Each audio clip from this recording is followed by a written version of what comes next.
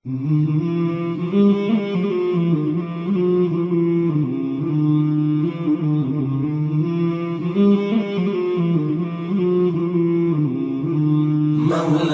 صل وسلم دائما أبدا على حبيبك خير الخلق كلهم. السلام عليكم ورحمة الله وبركاته. اللهم صل على سيدنا ونبينا وشفيعنا وحبيبنا مولانا محمد صلى الله تعالى عليه وعلى آله وأصحابه وبارك وسلم. اللهم صل على محمد وعلى آل محمد كما صليت على إبراهيم وعلى آل إبراهيم إنك حميد مجيد. اللهم بارك على محمد وعلى آل محمد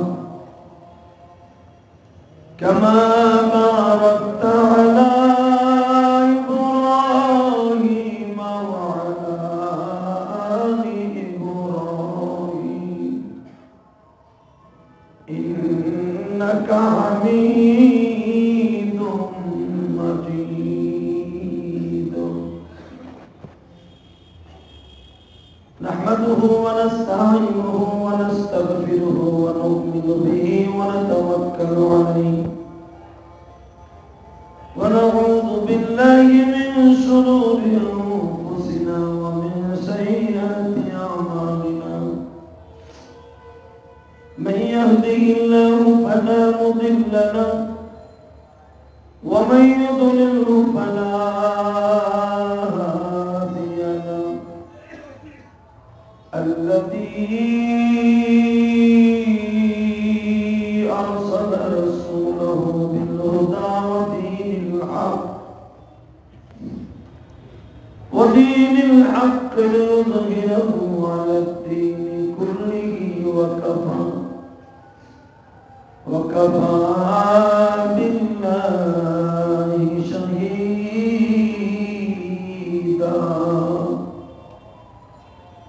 أما بعد فقد قال الله تبارك وتعالى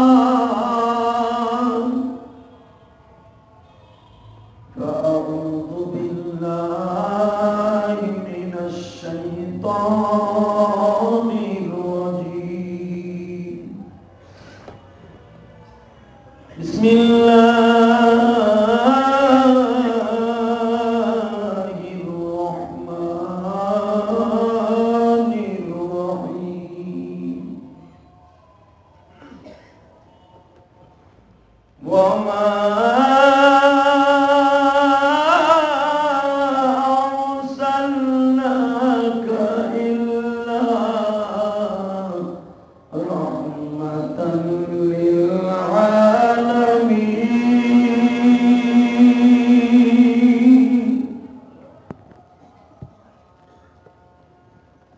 وقال الله تبارك وتعالى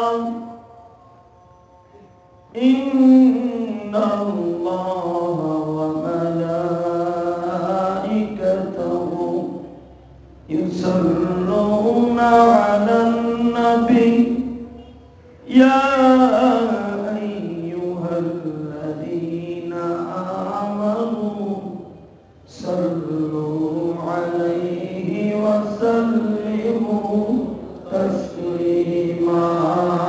لا إله إلا الله لا إله إلا الله لا إله إلا الله لا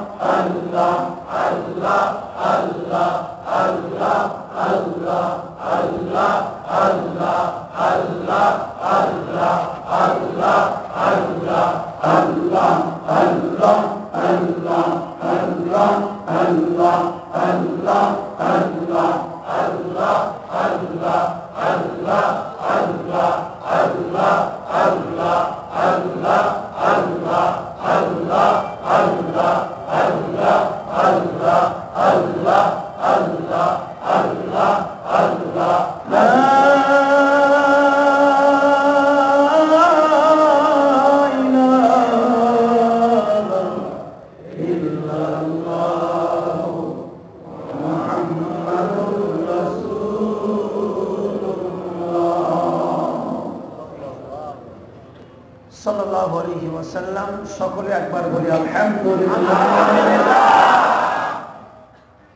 প্রিয় বন্ধুগণ, আজকে এমন একটা দিন, 2016 সালের 1 জানুয়ারি, হ্যাপি নিউ ইয়ার। সকলকে নতুন বছরের শুভেচ্ছা, স্বাগতম। তবে আমাদের কপাল অনেক ভালো, বছরের প্রথম দিনটাই হলো জুমার দিন। আমাদের কপাল আরো ভালো, গত জুমায় গেছে 12 রবিউল আউয়াল। আরো জোরে কন। জানুয়ারির প্রথম তারিখ, প্রথম জুমা পাইছেন আপনারা, এতে খুশি না বেজার? খুশি। যদি খুশি হয়ে থাকেন, খুশির আভাসটা আমার মাবুদকে জবানের দ্বারা, অন্তরের দ্বারা এত জোরে আওয়াজ দিয়ে দেখাবেন যেন পুরা বছর পর্যন্ত আপনার এই সুবহানাল্লাহর আওয়াজটা যায়।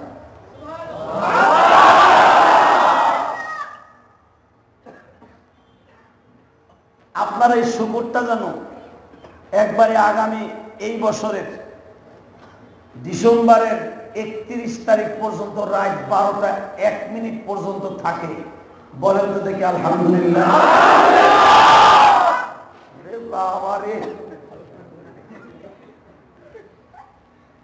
এক বছরের আলহামদুলিল্লাহ তো একদিনই আদায় করলেন। তবে মনে রাখেন, যারা আজকে মসজিদে আগে আসছেন, আমার মাবুদের রসুলের হাদিস আগে আগে শোনার জন্য তারা খুব ভালো মানুষ। আর গতকালকার রাত্রে যারা হ্যাপি নিউ ইয়ার হালাবালির মাধ্যমে আদায় করছেন, কপাল তাকে বেশি ভালো না।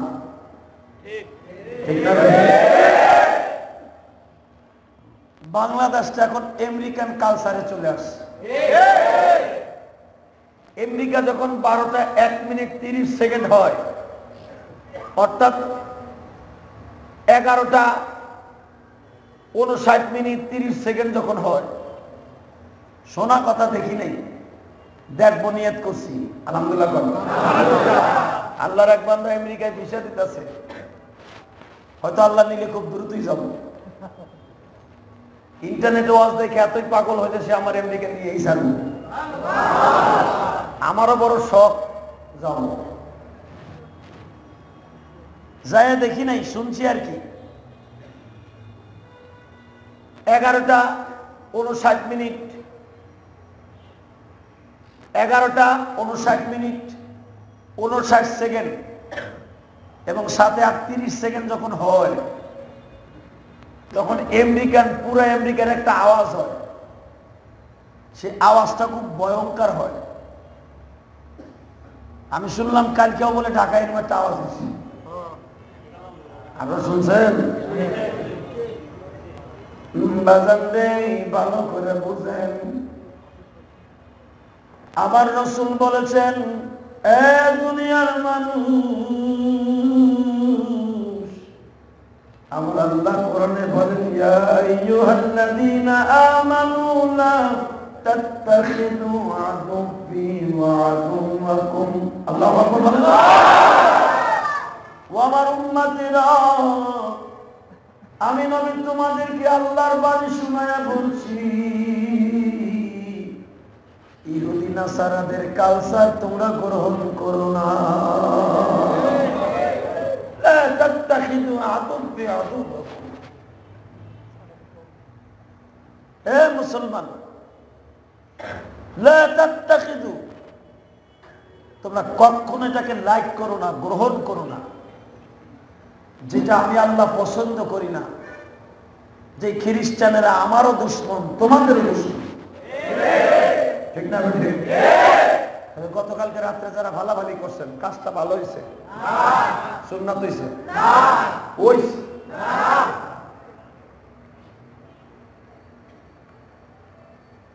আমি আজকে আপনাদেরকে সাক্ষী রেখে বলছি, কিয়ামতের মাঠে যদি এই কারণে কোন মানুষ জাহান্নামে যায়, যারা গতকালকে রাত্রে এই রাতটাকে মনে করছেন এটা আনন্দের রাত, কোন কারণে যদি জাহান্নামে যাওয়ার একটা ওসিলা হয় এই কারণে, তাহলে আপনি জাহান্নামে, ঠিক না? ঠিক জোরে বল। কারণ এই জানুয়ারি, ফেব্রুয়ারি, মার্চ, এপ্রিল, মে, জুন, জুলাই, এটা মানুষের আবিষ্কৃত, এটা খ্রিস্টানদের মাস, এটা তাদের উৎসব, তাদের নতুন বছর, এটাকে তারা পালন করবে খুব আনন্দের সঙ্গে। কারণ এরা কখনো মুহররমের 1 তারিখ কোনো অনুষ্ঠান করে না, খ্রিস্টানরা জানেও না কখন মুহররমের 1 তারিখ, ওরা জানতেও চায় না। কিন্তু আপনি যদি এখন বলেন, আপনি কোন মাসে বেতন নেন, আপনি কোন মাস গ্রহণ করেন, হ্যাঁ আপনি দুনিয়ার কালচার হিসাবে করতে পারেন, কিন্তু এদিনকে আপনার অনুষ্ঠান করতে হবে, এটা মুসলমানের অনুষ্ঠান নয়, ঠিক না?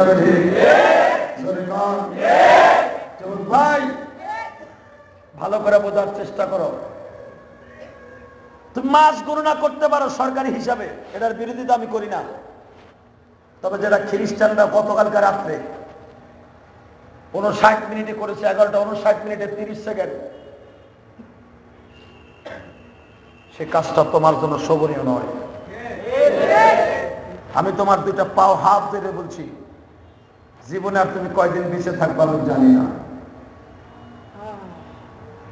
কারণ আমি আপনাদেরকে বলে দেই, রসুল নিজে বলেছেন, রসুলের যুগে কিছু কিছু সাহাবীরা তারা বনি ইসরায়েলের নবীদের, তার উম্মতরা যে আমল করতো, এটা করা শুরু করলো। আমার রসুল মসজিদ নববীর ভিতর থেকে এত জোরে জিকির করেছে, তুমি কি মুসা নবীর উম্মত না আমার উম্মত? বলে হুজুর আপনার উম্মত। তবে তুমি কেন বনি ইসরায়েল বেয়াদব জাতির অনুসরণ করলে, তাই বলো।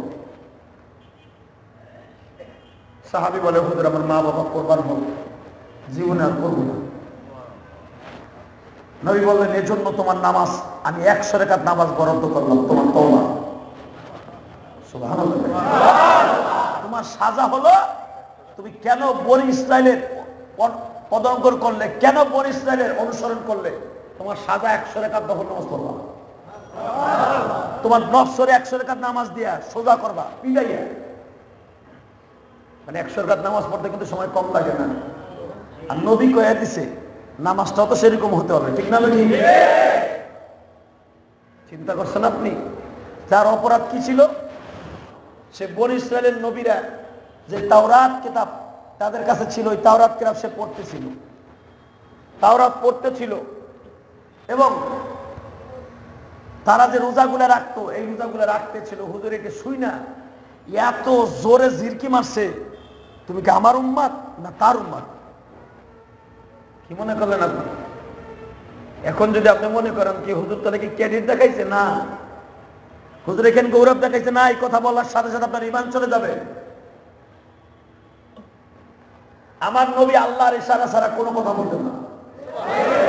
এই যে তারা বনী ইসরায়েলের নবীদের কিতাবগুলো এক জায়গায় করে তারা তেলাওয়াত করতেছে, এটা নবীকে আল্লাহ পাক নিজে শুনাইছে। আপনার সাহাবীরা মসজিদের কোনায় বসে বনী ইসরায়েলদের প্রশংসা করতেছে, অতএব আপনি তাড়াতাড়ি তাদেরকে ফিরে আনতে না হলে ঘোষণা করুন। আল্লাহু আকবার।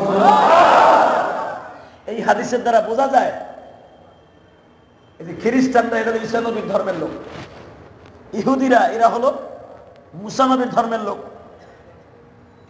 এরা কোনোদিন মুসলমানের কোন অনুষ্ঠানকে পছন্দ করে না। মুহররমের 1 তারিখ তারা কোনোদিন কোন অনুষ্ঠান করে না। আমরা আজকে জানুয়ারির 1 তারিখ, আসে নাই রাত 12টা 11টা 59 মিনিট 59 সেকেন্ড 30 সেকেন্ডে কত বড় একটা আয়োজন করলাম। আমি আপনাদের সকলকে একটা উদাত্ত আহ্বান জানাই, এই কাজটা যারা করছেন আজকে জুমার দিন পাইছেন, তওবা করেন। ঠিক না ভাই? তওবা অবশ্যই করতে হবে, আর সাথে সাথে আরেকটা কামও করাই দিন। জুমার নামাজের পরে 4 রাকাত করে আপনি নফল নামাজ পড়তে হবে। যদি আল্লাহকে বলেন, আল্লাহ আসলে বছর তো তুমি আমরা বানাই নাই, তুমি বানাইছো তাই হয়েছে, যেভাবে হোক হয়েছে, এটাকে আমাকে মানতে হয়, কিন্তু আমি ভুলবশত এটাকে অনুষ্ঠান করে ফেলেছি, এটা খ্রিস্টানদের অনুষ্ঠান, আল্লাহ মাফ করে দাও। আল্লাহ মাফ করতে পারে না? পারে? পারে? জুমার নামাজের পরে দেখবো আজকে কয়জন 4 রাকাত নফল নামাজ পড়ছে। আমি তো দেখব মনে আর কি, জুমার নামাজটা শেষ হওয়ার আগে আরে দৌড়ে লাগে যাতে মসজিদে আগুন লাগছে অথবা কারেন্টের শর্ট খাইছে, এমন জোরে দৌড় মারে। বাদাল যে 4 রাকাত জুমার নামাজ আছে এটাও পড়ে না। ঠিক না ভাই? এটার নাম কি মুসলমানি? এটার নাম মুসলমানি না। মুসলমানি কাকে বলে আজকে শিখাই দিয়ে দেয়। সাহাবা ইকরাম আমার নবীর কোন একটা কথা, কোন একটা কাজ সাহাবা ইকরামের সামনে যখন উপস্থাপন হতো, তাদের সামনে এসে যাইতো, জীবন দিয়ে সেই কাজটা করার জন্য পাগল হয়ে যেত। তার জ্বলন্ত প্রমাণ, তাবুকের যুদ্ধ শুরু হলো, মুসলমানদের 380 কিলোমিটার পথ পায়ে হেঁটে যাইয়া যুদ্ধ করতে হবে।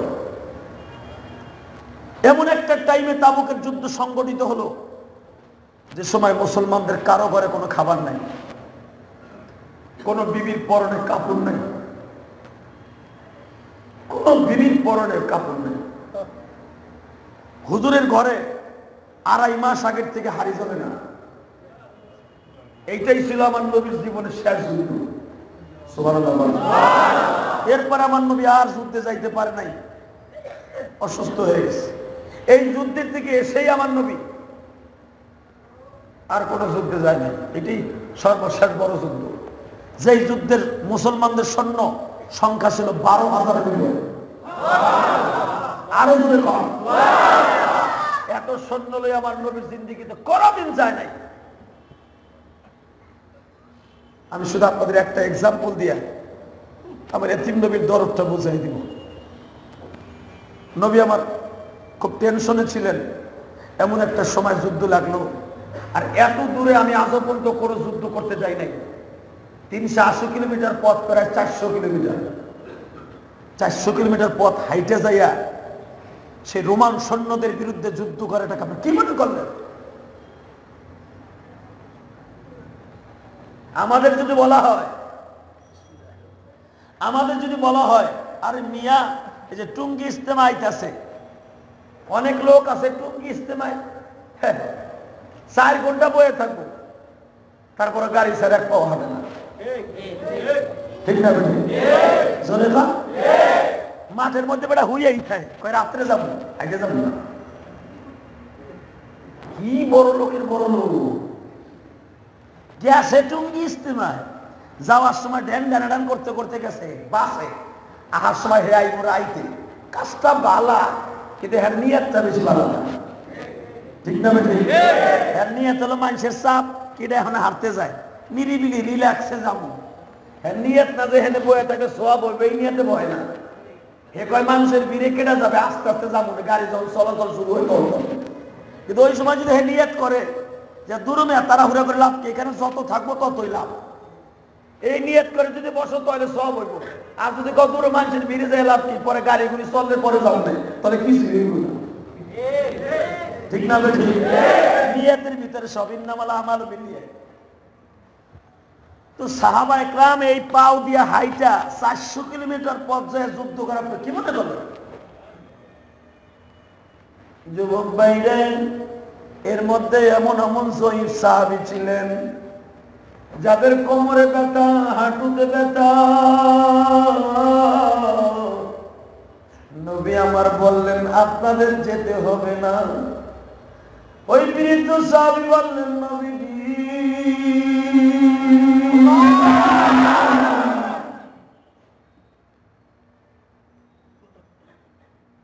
আমি এই চোখ দিয়ে দেখেছি কোন যুদ্ধে আপনি নিজের মাথার পাগড়ি খুলিয়া মসজিদে নববীতে বিছায় দিয়া বলেন নাই আমার এই পাগড়ির মধ্যে তোমরা চান্দা দেও। কিন্তু হুজুর আজকে আমি দেখলাম আপনি এতই কাকুতি মিনতি সুরে সাহাবীদের কাছে চান্দা চাইলেন, যুদ্ধের খরচাপাতি চাইলেন, যেটা আমার জীবনে কোনোদিন দেখিনি। আপনি এই 9টা বছর এই মদিনায় আসছেন, 9 বছর আবার হয়ে গেছে, কোনোদিন আমি দেখি নাই এইভাবে আপনি কেঁদে কেঁদে চান্দা চাইছেন। আমরা আপনারা নিজেরা সাইডা দিতাম, আজকে আপনি নিজে কত কাকতি মিনিতে সুরে বললেন সাহাবীরা আমার এই রুমালের মধ্যে যারা আজকে যুদ্ধের হাতিয়া চান্দা দিবা, আমি নবী তোমার সাথে জান্নাত বিক্রি করব। হুজুর আমার মন বলে এই যুদ্ধটা আপনার জীবনের স্মরণীয় যুদ্ধ। নবী আবার ছোট্ট মাঝখান দিয়ে বলে ফেলছিলেন সাহাবীরা হতে পারে আমার জীবনে আর কোনদিন যুদ্ধে যাইতে না। হুজুর এই কথাটা কোন যুদ্ধে আপনি বলেন নাই, আমরা সব কথাগুলো মেমোরিতে রাইখা দিছি। বাজান দেখছেন সাহাবীরা নবীর কথাগুলো কতভাবে ফলো করত। আমরা জুমার মসজিদে খতিব সাহেবরা জুমায় বয়ান করি, বয়ান শোনা অবস্থায় চোখ দিয়ে পানি দেখি, মসজিদ থেকে বাইরে হইলে আর কথা মনে থাকে না, ঠিক না ঠিক? আর আমার নবী 1 সপ্তাহ আগে বলছে সাহাবীরা হতে পারে এটাই আমার জীবনের শেষ যুদ্ধ। বৃদ্ধ মানুষটা কিভাবে মনে রাখছেন?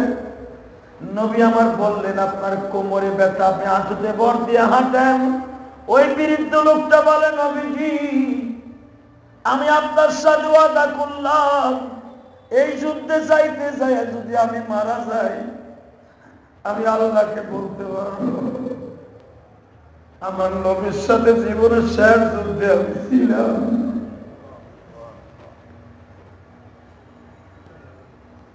ভাইরা আমি আপনাদের সামনে কেন এই কথাটা বলছি?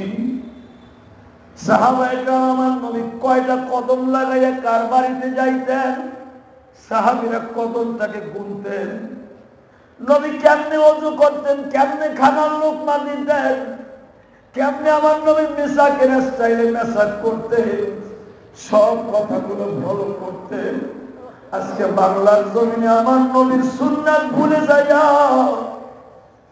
দোস্তরে খ্রিস্টানদের কালচার ভিতরে ঢুকাইলা। আমি আল্লাহকে সাক্ষী রেখে বলে যদি সত্যিকারে খ্রিস্টানদের কালচার করতে করতে তোমার হায়াতে জিন্দেগি শেষ হয়ে যায়, মাবুদের কাছে কি জবাব দিব?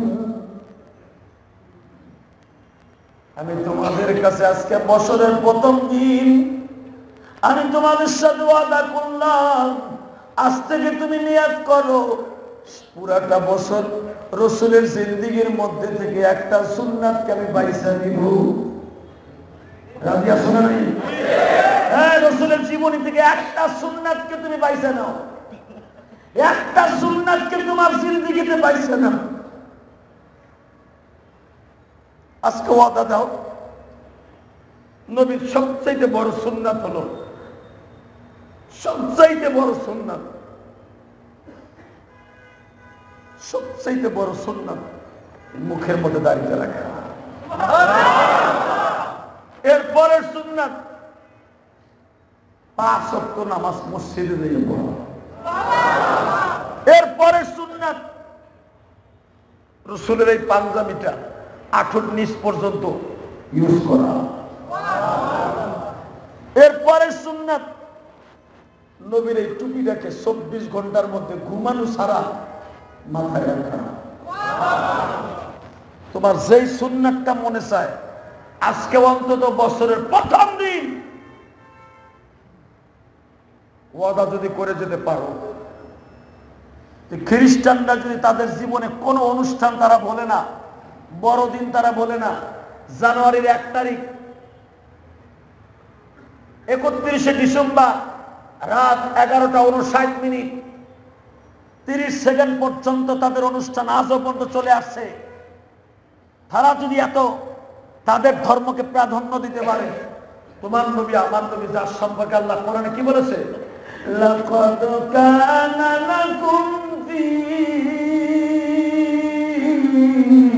রাসূলিল্লাহি উসওয়াতুন হাসানাতুন লিমান কানা ইয়ারজুল্লাহ।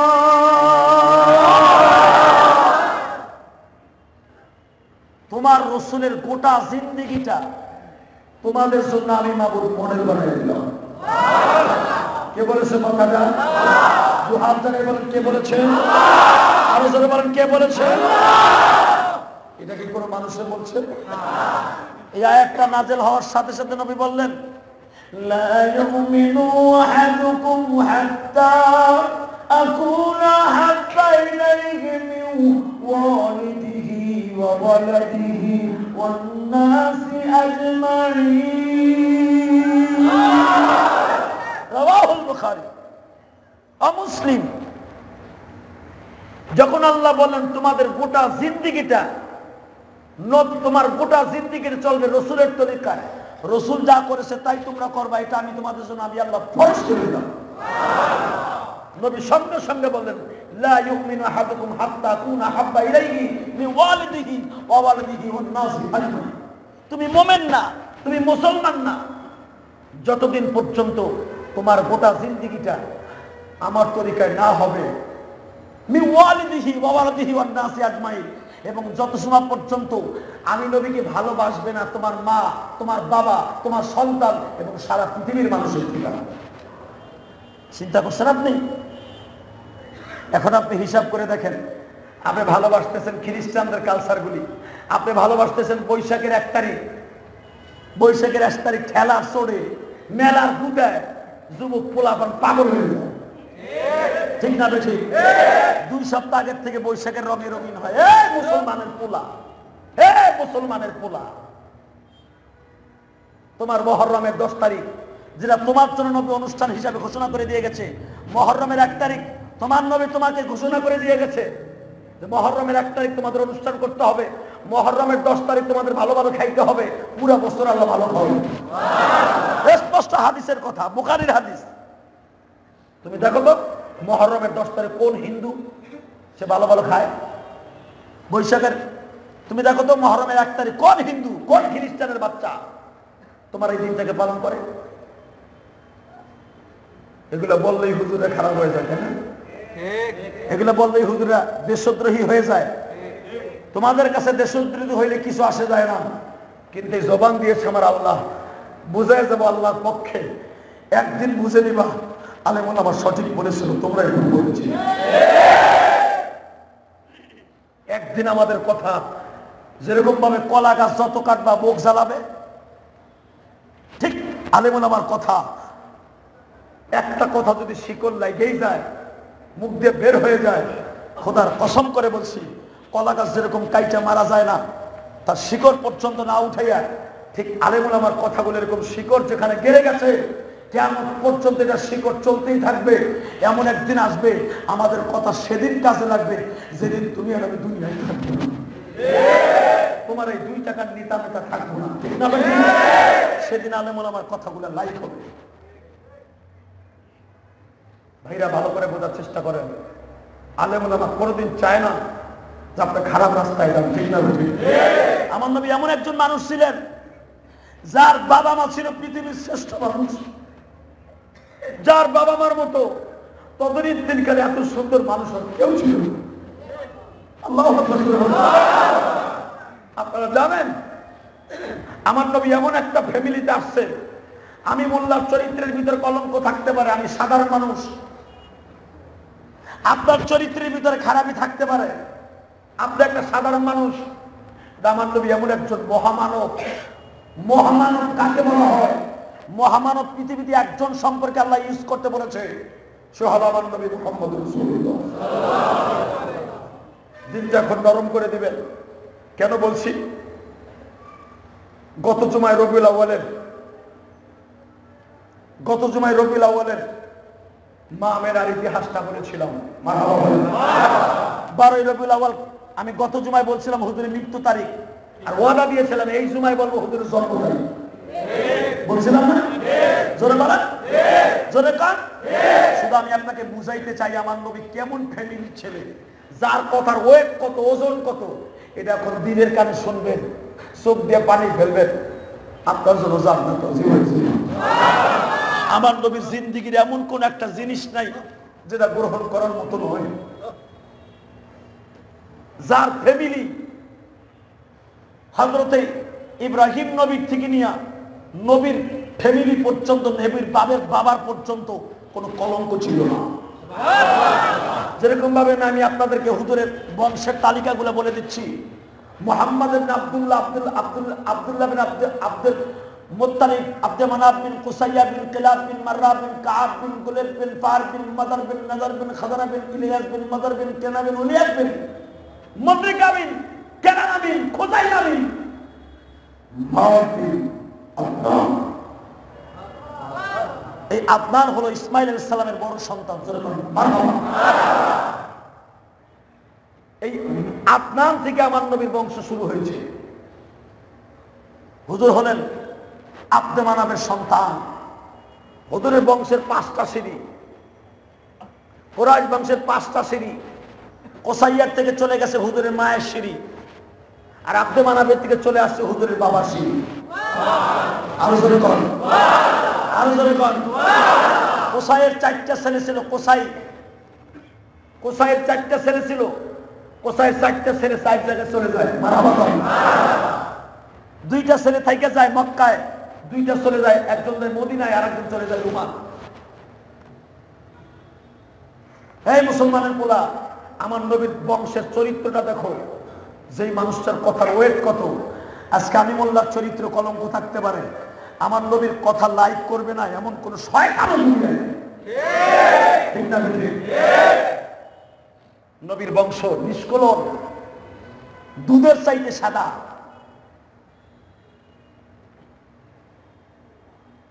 নবীর দাদা এত বড় দামি লোক ছিলেন যে ছিল মক্কা নগরীর সবচেয়ে সম্ভ্রান্ত পরিবারের ছেলে, মক্কার লিডার। এমনকি কাবা ঘরের মধ্যে আমার নবীর দাদা ছিলেন মুতাওয়াল্লি। এই মুতাওয়াল্লি প্রতি হজের মৌসুমে এইভাবে জগকে হাতে নিয়ে, গিলাসটা ডাইন হাতে নিয়ে হাজিদেরকে পানি পান করে দেয়।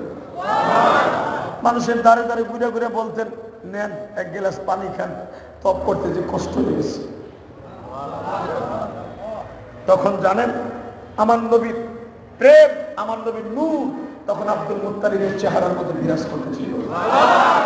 হজের সমস্ত মানুষগুলো আব্দুল মুত্তালিবের দিকে, যেরকম কাবা ঘরের দিকে তাকায় থাকতো, আব্দুল মুত্তালিবের দিকে তাকায় থাকতো।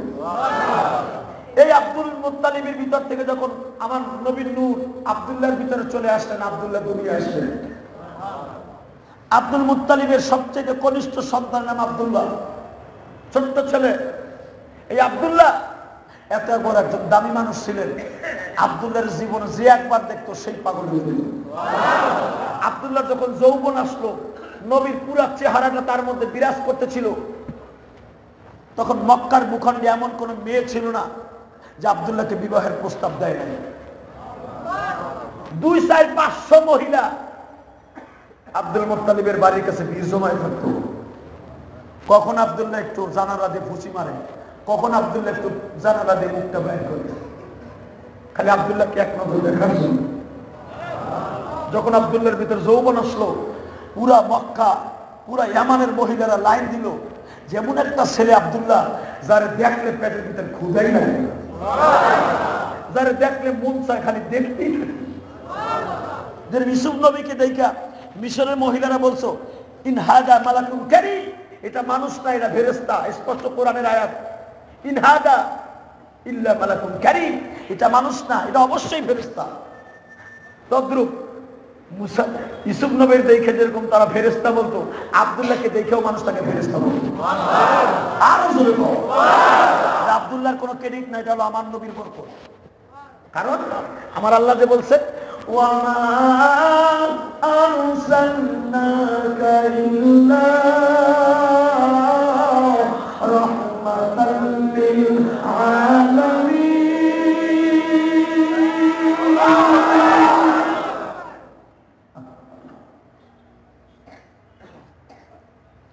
বাজানরে আব্দুল্লাহ বড় হয়ে গেল। আব্দুল মুত্তালিব আব্দুল্লাহরে ধরে রাখতে কষ্ট হয়ে যায়। ওই মেয়ে এসে প্রস্তাব দেয়, ওই মেয়ের ভাবে প্রস্তাব দেয়। আব্দুল মুত্তালিব পাগল হয়ে যায়, না জানি আমার পোলা কোথায় কি হয়ে যায়। আব্দুল্লাহ বললেন, বাবা গো, তুমি আমার পরে 100% শিওর থাইকো, আমার যত যেই লোক দেখাক না কেন, আমি তোমার কথা ছাড়া এক কথা বলবো না। আমার নবীর বাবা এতই ভদ্র ছিলেন। আব্দুল মুত্তালিব তাকে হাত ধরে কাবায় লয়ে যাইতেন, আবার হাত ধরে ঘরে নিয়ে আসতেন। আব্দুল মুত্তালিবের যেরকম ভাবে একটা রুমাল দিয়ে মুখখানা ঢাকা থাকতেন, হুজুরের বাবারও আব্দুল্লাহর মুখখানা ঢাকা থাকতেন। আব্দুল্লাহ এখন বড় হয়ে গেছে। আব্দুল মুত্তালিব মনে মনে ভাবে, মাবুদ রে,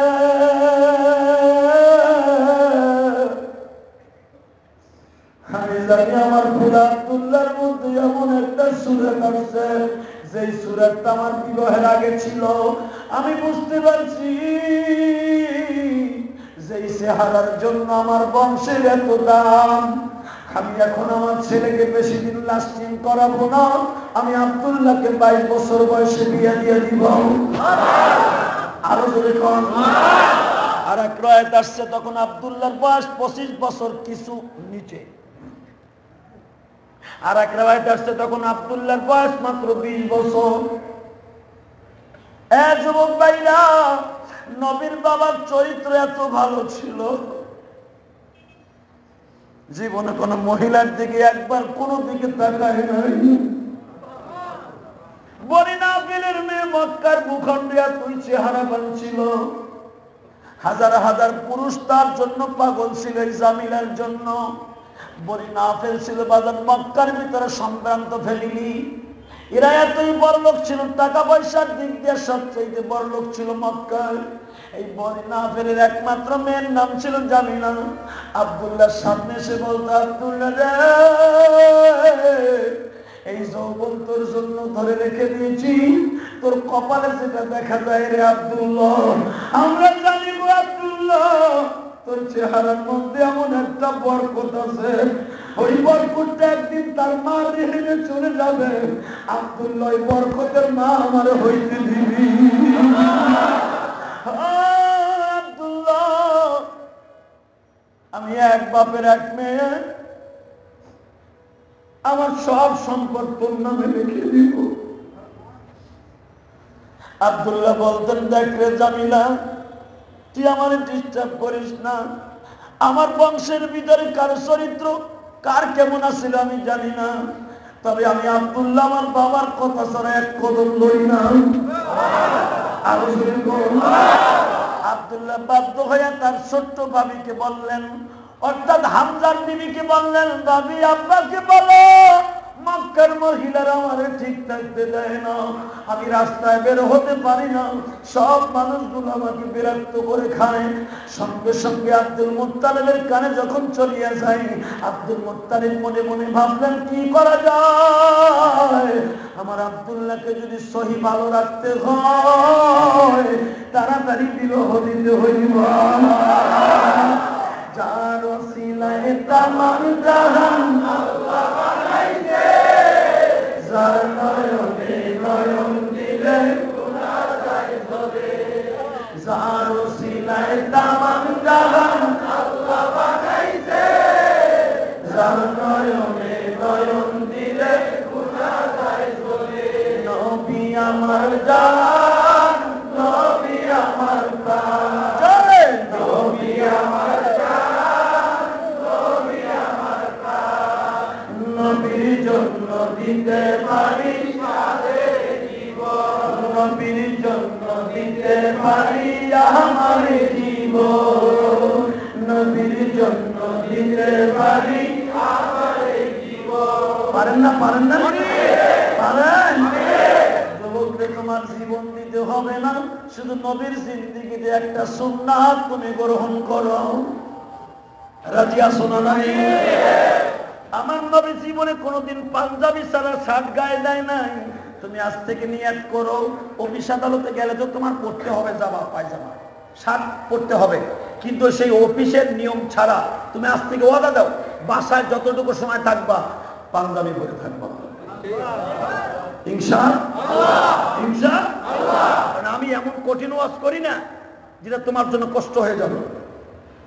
সরকারি নিয়ম তোমার পালন করতে হবে, সরকারি ইউনিফর্ম তোমার গ্রহণ করতে হবে, করো, কিন্তু সরকারি কাজ যখন শেষ বাসায় আসার থেকে নিয়ে তুমি পাঞ্জাবি ব্যবহার করো। রাজি আসো না? এখানে তো সবই আসো রাজি। বাসায় যাওয়ার পর কোনো গোড়ার দিনে মনে থাকবে না। ভালো করে বোঝার চেষ্টা করেন, আমার নবীর কথা মানতে পারবে না এমন কোনো কথাই নাই, ঠিক না বেনি? যেরকম মানুষ তার কথাগুলো সেরকম। আব্দুল মুত্তালিব পাগল হয়ে গেলেন, কি করা যায়? উনি ওনার ছেলেদেরকে নিয়ে সফরে রওনা দিলেন, মারহাবা করুন, এবং উনি ডিক্লারেশন দিয়ে গেলেন, এই সফরের যত টাকা আমার ইনকাম হবে সব টাকা দিয়ে আমার আব্দুল্লাহকে আমি খুব মহব্বতের সাথে দিয়ে দেব।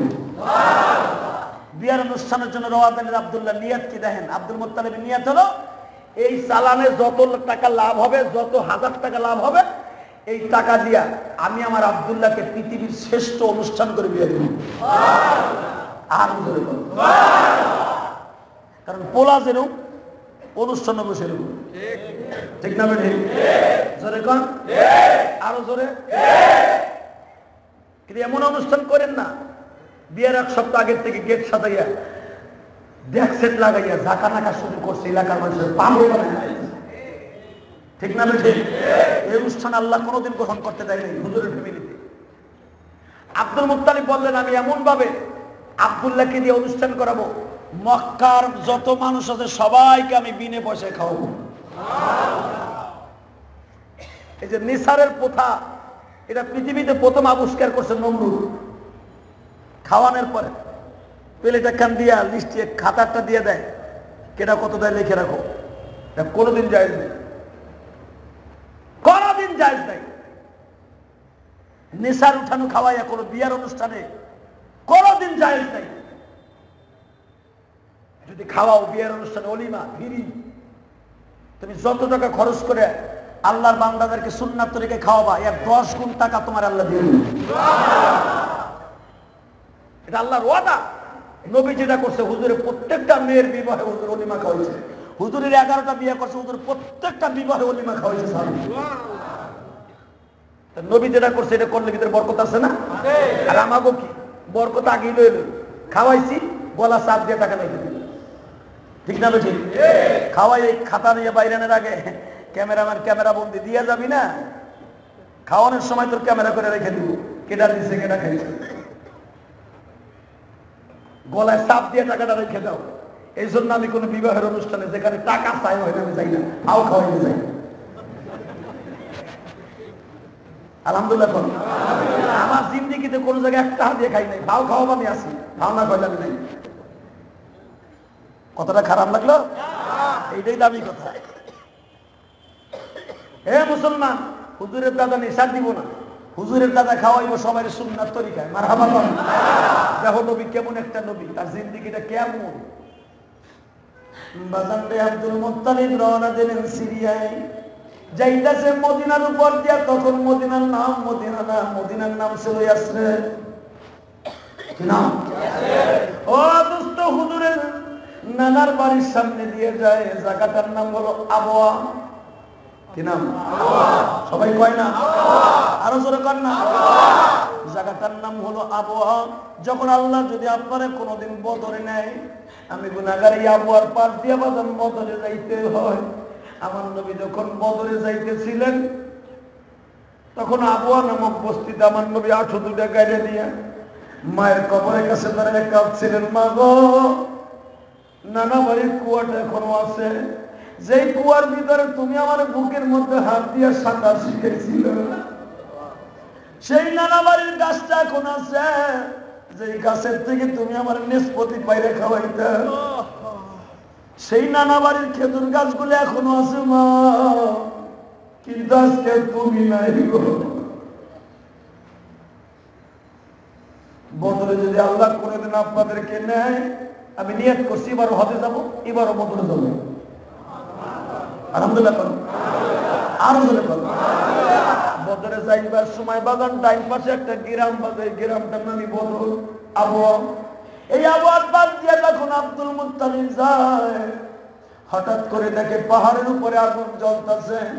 হুজুরের চাচা আবু তালেব বলে, আব্বা রাত বেশি হয়ে গেছে, হাঁটলে এখন এই দেশে অসুবিধা আছে, এটা অপরিচিত জায়গা, বাবা চলো যাই চলো যাই। কোথায় যাইব? ওই বাড়িতে যে রাতটা আমরা রেস্টে থাকি, কালকে সকালবেলা আমরা যাব। আব্দুল মুত্তালিব বললেন, কতটা উত্তম প্রস্তাব, চল বাড়ির সামনে যাই। বাড়ির সামনে যে দারোয়ানকে ডাক দিছে, দারোয়ান রে,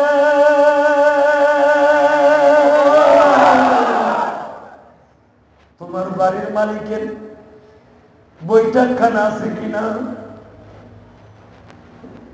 দারোয়ান বলে, আপনি দেখেন না, আমার মালিকের মতো এরকম মেহমানদারির বৈঠকখানা এই জেলার মধ্যে কোথাও নেই। আব্দুল মুত্তালিব বলে, আরে মেহমানদারিতে তো আমরা কুরাইশরা পাকা, এখানে আবার মেহমানদারি লোক কাইব করতে গেল এই পাড়াগায়। বলতেছে, আপনি জানেন না আমার মালিক কত মেহমানদারিতে পড়ল, কলিজা বড়াই খালি মেহমানদারি। দেখো খালি আমার নবীর ফ্যামিলি দেখি, তাই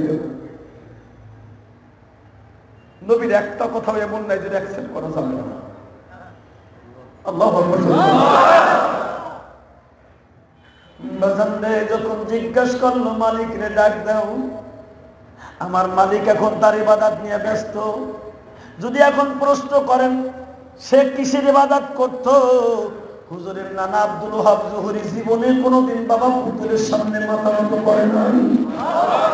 উনি ঈসা নবীর ধর্মের যে নামাজ ছিল ওটা উনি পালন করতেন। উনি তখন মাগরিবের নামাজ পড়তেছিলেন, দারোয়ান ডাক দিয়ে যে বলে, বস কি মক্কা শহর থেকে কয়েকজন মানুষ আসছে, কিন্তু একটা লোককে দেখার পরের থেকে আমার খুব ভালো লাগতেছে, লোকটা অত্যন্ত ভালো মানুষ মনে হয়। জিজ্ঞেস করে আসতো তার নামটা কি। আসতে পেরে দারোয়ান জিজ্ঞাসা করে, আপনাদের মধ্যে কে আমির সাহেব? ইনি আমার বাবা। উনি মক্কা শহরের সম্ভ্রান্ত পরিবারের ছেলে, উনি কাবাগরের মুতাল্লি, ওনার নাম আব্দুল মুত্তালিব। ডালির বাবা আবু তালেব বলতেছে। একটা দৌড় দিয়ে যে গেছে, দারোয়ান জি চিনে ফেলছে, যে বলে, ও মালিক কি আপনার বাড়ির সামনে এমন একটা লোক দাঁড়িয়ে আছে যে বলে মক্কা শহরের কাবাগরের মুতাল্লি। আব্দুল ওহাব জহুরী পাগলের মতো দৌড়ে আসছে, কে না দেখে কি লোকটারে ছাড়া যায়? আব্দুল মুত্তালিবকে দেখে আব্দুল ওহাব জোহরি চিনে ফেলছে। আরে বন্ধু, আমার নাম আব্দুল ওহাব জোহরি, তোমার দাদা আমার দাদা একই ভাই, একই ভাইয়ের সন্তান।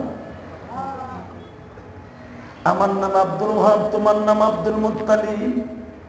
সঙ্গে সঙ্গে বলে, দোস্ত রে তোরা এখানে কবে টিকা? দোস্ত এখানে তো বহুতবার গেছে, আমি তো জানি না এখানে পরে এরকম সিংহাসন পড়ে দিয়েছে। হ্যাঁ দোস্ত, ঘরের মধ্যে আয়। ঘরের মধ্যে নিয়ে যখন দুই বন্ধু আলাপ আলোচনা শুরু হয়েছে, আব্দুল ওহাব জিজ্ঞেস করলো, দোস্ত তোর ছেলে মেয়ে কয়টা? কয় 16টা। 10টা পোলা, 6টা ভাইয়া। আব্দুল ওহাব জোহরি বলে, দোস্ত এত? কহ এতই, আল্লাহ দিছে। এর লেগে যদি দেখো মক্কায় 2টা জিনিস দিয়ে মাথা উপরে করো, একটা হলো পোলা পানের শক্তি দিয়ে, আর একটা হলো মাল দিয়া। আল্লাহ আমারে বউ উড়াই দিছে, কোন কুটুব রে কেতাই না। আরো জোরে আমার মতো পোলা পান কেউরই নাই বাক্কা শহরে। এই কথা বলার সঙ্গে সঙ্গে আব্দুল ওহাব জোহরি বলে, দোস্ত আমি খুশি হয়ে গেলাম, তুই আমার বাড়িতে আসছস কবে? আগের থেকে দেখছি, হজ করতে গেছি সত্য, তোমার সাথে দেখা হয় নাই। তাড়াতাড়ি করে এসে বলছি, একদিনে গেছি একদিনে আসছি, কিন্তু দোস্ত কিন্তু আজকে তোরে পাইছি, মনের মতো আদর করে ছাড়ছি। আব্দুল মুত্তালিব বলে, দোস্ত টাইম নাই, রাত শেষ হয়ে গেলে চলে যাব। দোস্ত যাইতেছি ব্যবসা করার জন্য, ব্যবসা ভালো হলে আমার একটা ছেলে আছে, বিয়া দিব। দোস্ত আমার কথা তো জিগাইলি, আমার 16টা পোলাপান, তোর কয়টা? ও আর কইস না, কপালে কপাল কেনে গায়ে হয় আবার। কি হয়েছে? কি আর হইব? বিয়া করছে অনেক বছর, যুগকে যুগ, যুগকে যুগ, বছরকে বছর চলে গেছে, কোনো পোলাপান হয় না। বুড়া বয়সে নেক্সট আইসে একটা সন্তান আল্লাহ দিছে, সেটা পোলা না, এটা মাইয়া। আরে না জোরে মাইয়া। কিন্তু দোস্ত মাইয়া ঠিক আছে, কিন্তু মাইয়ার মতো মাইয়া। মানে নাম কি? কয় আমেনা। কি নাম? সবাই কয় না যে, আরো জোরে কয় না। আমার নবীর মার নাম জবান দিয়ে উচ্চারিত হলে এই জবান কোনোদিন বেঈমান হয়ে মরবে না। পৃথিবীর শ্রেষ্ঠ সুন্দর নাম, ছোট্ট অক্ষরে পৃথিবীতে প্রথম একটা নাম আল্লাহ আবিষ্কৃত করেছিলেন, সেটা হলো আমেনা। আর আব্দুল্লাহ শুধু পৃথিবীতে একজন নবীর নাম ছিল, সেটার নাম নূহ নবীর নাম। নূহ নবীর পরে পৃথিবীতে আমার নবীর বাবা পর্যন্ত কেউ আব্দুল্লাহ নাম রাখেনি। কি মনে করছেন আপনি? তোর মায়ের নাম আমেনা, দেখতে কেমন? তা কইস না। বাজান রে, আব্দুল ওহাব জোহরি বলে, দোস্ত পৃথিবীতে বহুত মায়ে দেখছি, আমার মেয়ের মতো মেয়ে হয় না, নাম হলো তার আমেনা। মায়ের চান না, কইটা চলবো না, চাইলেও কাম হইব না। আমার মেয়ে কোনোদিন কারোর সামনে যাবে না, দেখিস না আমি আধা কিলোমিটার পর্যন্ত প্রাচীর দিয়ে রাখছি, আমার মেয়ে প্রাচীরের বাহিরে কোনোদিন যায় না। তুই যত জায়গা তুমি এখানে দেখবি সব আমার সম্পদ। দোস্ত মায়ের গৌরব করিস না, তোর যেরকম মাই আছে আমারও পোলা আছে। আব্দুল ওহাব জোহরি বলে, পোলা তো দেখতে গেছি, একটার চোখ বড়, গার বোঝা। আব্দুল ওহাব যেটা আবুল আহাব যেটা আসছিল, এটা চোখ আসছিল ডাকাইতের মতো, গার আসছিল এমনি তেরা, চরিত্রই খারাপ, ছোটকাল থেকে খারাপ।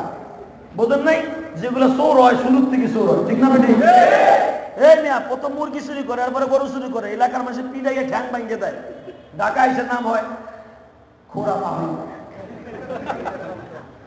খোরা মাসু, টুন্ডা বাবু। এলাকার মানুষের পিটাইয়ে ঠ্যাং পোড়া করে দিছে, ঠিক না বেটি? এইটা হয় বড় সন্ত্রাসী, কানা মাসু। কিভাবে কানা হয়েছে জানুনি? এক মহিলা গরম পানি ভিক্ষা মাসে চুরি করে গেছে।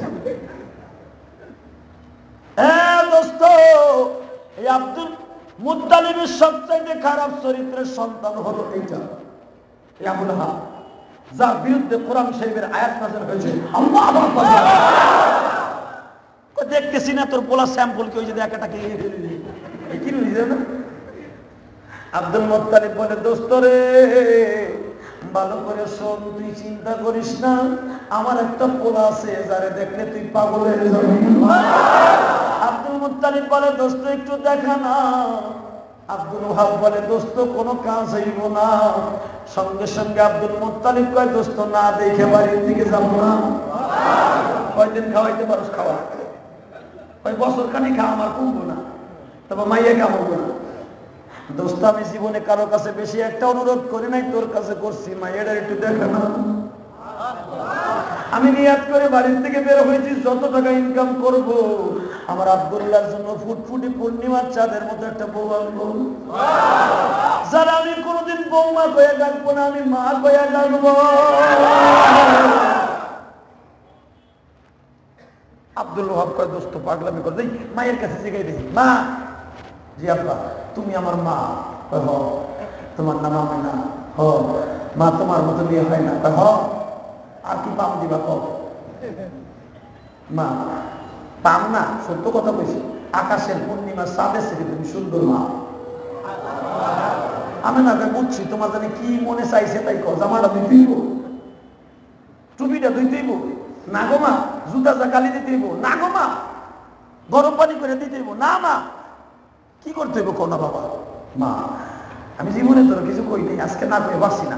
আমার বাল্য বন্ধু, খুব ভালো বন্ধু, একসাথে খেলাধুলা করতাম, মনেও নাই, বহুত দিন পরে আমরা বিচ্ছিন্ন হয়ে গেছি। আজকে ওই বন্ধুটা আমার বাড়িতে আইছে, শুনছো একটা মেহমান আইছে বাক্কা শহর থেকে। হ্যাঁ আব্দুল ওহাব, আব্দুল মুত্তালিব নাম শুনছি। মাগো আমার বন্ধুর সামনে একটু যাইতে পারবা? আমেনা প্রথম অমত করতেছিল, কে জানো ডেকে ডেকে বলে আমেনা রে অমত করিস না, আমার বন্ধু কি দুনিয়া আসার টান হয়ে গেছি, যার ওসিলায় তামাম জাহান আল্লাহ বানাইছে, যার নয়নে নয়ন দিলে গুনাহ যায় চলে। আমার ভাইরা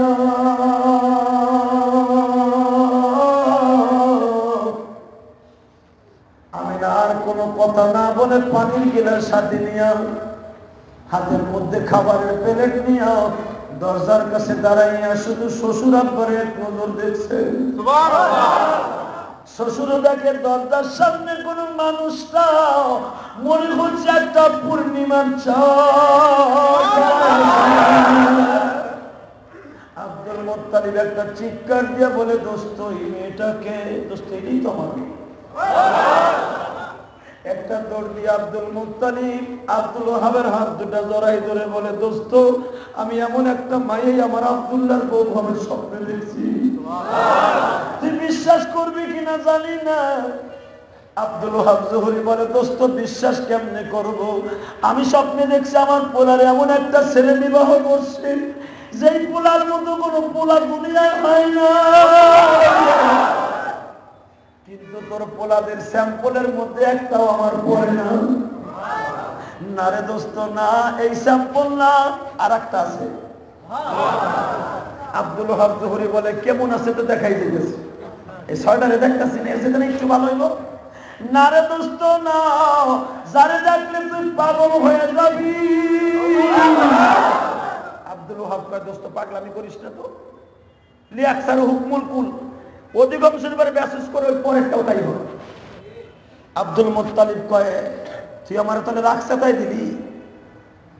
আব্দুল ওহাব রাখসাতায় দিলি দোষ? আবু তালেব আব্বা হারেস আদল আব্দুল, যে আব্বা গোড়ালো দৌড়ে যা, কই যাবো বাক্কায় যা, আমার আব্দুল্লাহ শেরওয়ানি পরে পাগলের মতো হয়ে যায়, একদিন এক রাইতের ভিতরে মদিনায় পৌঁছাবি, আমার রাখসাইতে গেছে, বিয়া না দিয়েই বাড়িতে যাবো বইলাম আমি, যা বিয়ে না দিয়ে যাবো। মারহাবা। আব্দুল মুত্তালিব বাজান জিদ করলে খুব ভয়ঙ্কর রূপ ধারণ করতো আমার নবীর মতো। আমার নবীর যে খাসলাত ছিল আব্দুল মুত্তালিবের বই একই খাসলাত ছিল। আব্দুল মুত্তালিব কয় যে বইলাম বিয়ে না দিয়ে যাবো না, দেহি তোর মাইয়ে কেমনে করে যাবো। বাজান রে আব্দুল মুত্তালিব সন্তানদেরকে পাঠিয়ে দিলেন। আবু তালেব সঙ্গে সঙ্গে মক্কায় যায় বলে আব্দুল্লাহ রে তাড়াতাড়ি পাঞ্জাবি পর, আমার বাবার মান সম্মানের ক্রেডিট নিয়ে টান দিছে, আমার বাবার তাড়াতাড়ি ক্রেডিট নষ্ট হয়ে যাচ্ছে, জলদি শেরওয়ানি পর, আমার বাবা প্রতিয়া লইয়া বিপদে আছে। আব্দুল্লাহর বিয়া করাইতে নিবে, মদিনা মক্কার সব মহিলারা তরবারি নিয়ে খারাইছে, মাইয়া নাই ওখানে নিবা। আমার লোক বনি নাফেলের মেয়ে কয় আব্দুল্লাহ আমার বিয়ে করবে। আব্দুল্লাহকে দেখছেন, বাড়াবাড়ি করিস না, তুই আমার বহুত জ্বালাইছ, আর জ্বালাবি না, কয়ে দিলাম। সঙ্গে সঙ্গে বলে আব্দুল্লাহ রে, আমি তোরে সারা জীবন চোখে চোখে রাখছি, যদি জীবনে তোরে না পাই বিয়ে করবো না, কিন্তু তোরে বিয়ে করতে দিব না। আমার চাইতে যদি তোর বউ সুন্দরী না হয়, বাসর ঘরে ডাকাত দিয়ে সন্ত্রাসী দিয়ে খুন করবো। তুই তো জানোস আমি বনি নাফেলের মেয়ে, যা বলি তাই করি। আব্দুল্লাহ যা করবি পরে করবি, আগে বিয়ে করে দে।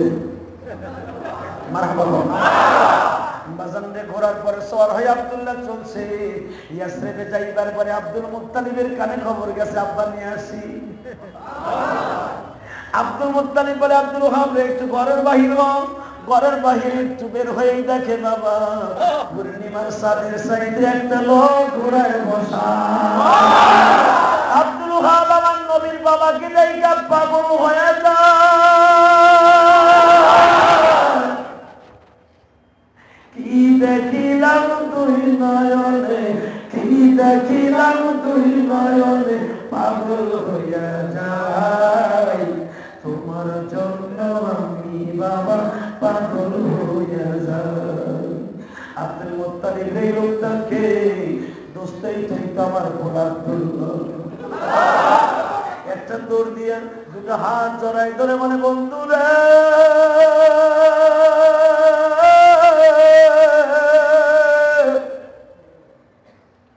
আমি জীবনে যার স্বপ্নে দেখেছি,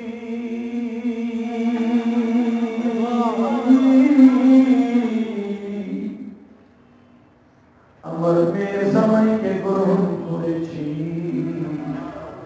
এমন ছেলেই তোর গো বন্ধু, আমার পোলাটার ভিক্ষা দে। আব্দুল মুত্তালিব বলে যদি এখন না দে, কোথায় কেসের দাঁড়িয়ে দেখাই নারে বন্ধু মাফ করে দে। দুই বন্ধুর সম্মতিতে বাজান বিয়া হইয়া ওই জামানার বাগানে একটা দুইটা উট নয়, আব্দুল মুত্তালিব আড়াইশো উটকে কোরবানি দিয়া আমেনার বিয়ার অনুষ্ঠান কইরা। কেমন বেমেলের ছেলে আমার নবী,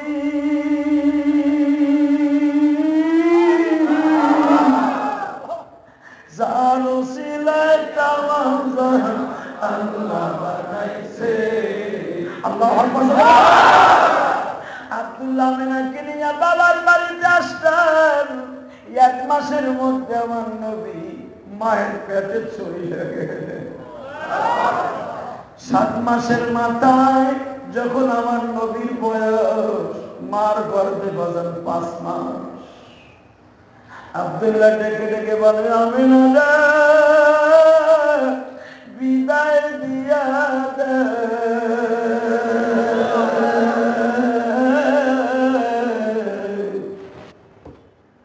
দেখা হবে হাসরের ময়দানে।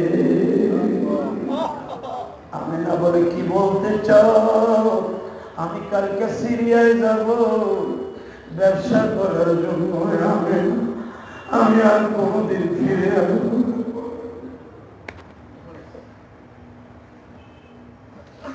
আমিনা আমার মুহাম্মদ আসবে। আমার গর্বে থাকা অবস্থায় বলেছিল আব্দুল্লাহ রে, আমি তোমার কাছে 99টা নাম পেশ করলাম, যেই নামটা দরকার হয় পছন্দ করো। আব্দুল্লাহ স্বপ্নের ভিতরে পছন্দ করছে আমার পুরার নাম থাকবে মুহাম্মদ। আমিনাকেও স্বপ্নে দেখানো হয়েছে, আমিনা পছন্দ করছে আহমদ। স্বামী স্ত্রীরা 3টার সময় বলে ও মুহাম্মাদের বাবা, এই 7 মাসের জিন্দেগি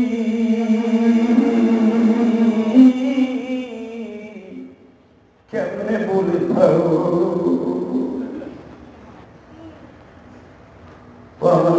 ভাইরা, তোমাদের বিবি যারা গর্ভবতী, আজকে বছরের প্রথম দিন আমার মাহমুদের কাছে দোয়া করো, মালিক রে,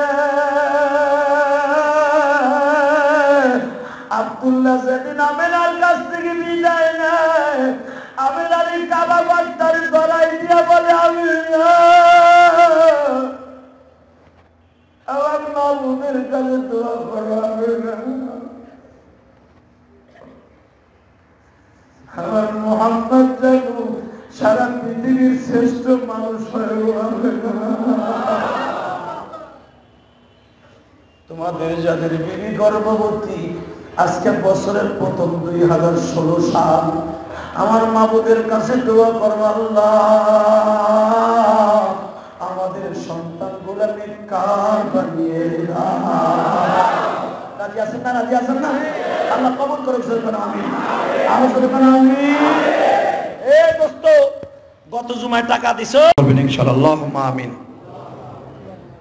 ربنا ظلمنا أنفسنا وإن لم تغفر لنا وترحمنا لنكونن من الخاسرين اللهم اغفر لنا ولوالدينا رب ارحمهما كما ربياني صغير رب العالمين গুনার বোঝা মাথায় লইয়া তোমার নতুন বছর তো তুমি সাজাও গো আল্লাহ। যদি এটা আমাদের নাম রাখা নয়, কিন্তু সারা পৃথিবী চলছে এই নিয়মে। এই জন্য মাবুদ, আজকে তোমার কাছে শাহী দরবারে হাত তুলেছি, মেহেরবানি করে এই হাজার হাজার মুসল্লি তওবা করে তোমার শাহী দরবারে হাত তুলেছি, এদের জীবনের সকলের গুনাহ মাফ করে দাও। আয় আল্লাহ, আগামী বছর এই দিন পর্যন্ত বেঁচে থাকবো কিনা জানি না, যদি এইটাই আমার জীবনের শেষ বছর হয়, এই জানুয়ারির 1 তারিখ 2016 সাল, যারা আমার সাথে আজকে আমিন আমিন বলছে, এদের সকলের জীবনের গুনাহ মাফ করে দাও। জীবনে কতজনের সাথে মোনাজাত করলাম,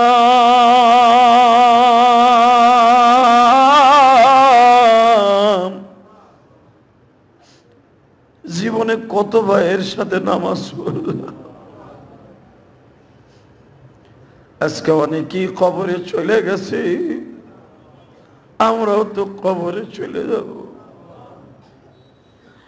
আয় আল্লাহ, যারা আমাদের ছেড়ে চলে গেছে, তাদের মধ্যে আমাদের জনম দুঃখিনী মা, জনম দুঃখিয়া বাবা অনেকের কবরে,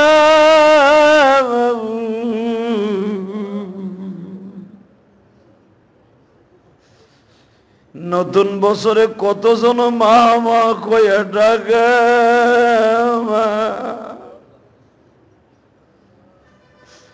আমরা যারা চিরতরে মা হারিয়ে ফেলছি, আমরা অনেকে চিরতরে বাবা ডাকটা বন্ধ হয়ে গেছে। মালিক,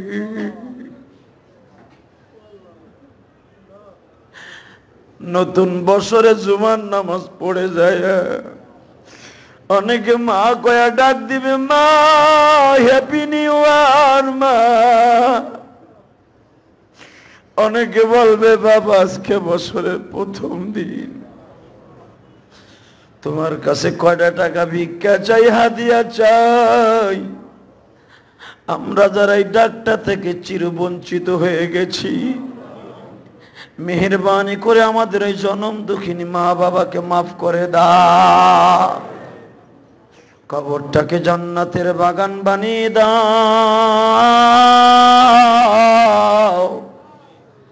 আমাদের ছেলে সন্তানগুলা নেককার বানিয়ে দাও, যাদের বিবিরা গর্ভবতী নেক সন্তান নসিব করে দাও, আমাদের দোয়া কবুল মঞ্জুর করে নাও আল্লাহ। আল্লাহ আমার সবাইকে মাফ করে দাও আল্লাহ। নতুন বছরটা তোমার রসুলের তরিকায় চলতে পারে তৌফিক দিয়ে দাও। 5 ওয়াক্ত নামাজ ঠিক মতো পড়ার তৌফিক দাও। যাদের চাকরি নাই চাকরির ব্যবস্থা করে দাও। যাদের রিজিকের অবস্থা খারাপ রিজিকের ব্যবস্থা করে দাও। যাদের ব্যবসা বাণিজ্য খারাপ বরকত দিয়ে দাও। হালাল রুজির ব্যবস্থা করে দাও। আমাদের ছেলে মেয়েরা যারা অসুস্থ সুস্থ বানিয়ে দাও। মালাকুল মউত যেদিন পাঠাইবা এই জবান থেকে জারি করে দিবা লা ইলাহা ইল্লাল্লাহু মুহাম্মাদ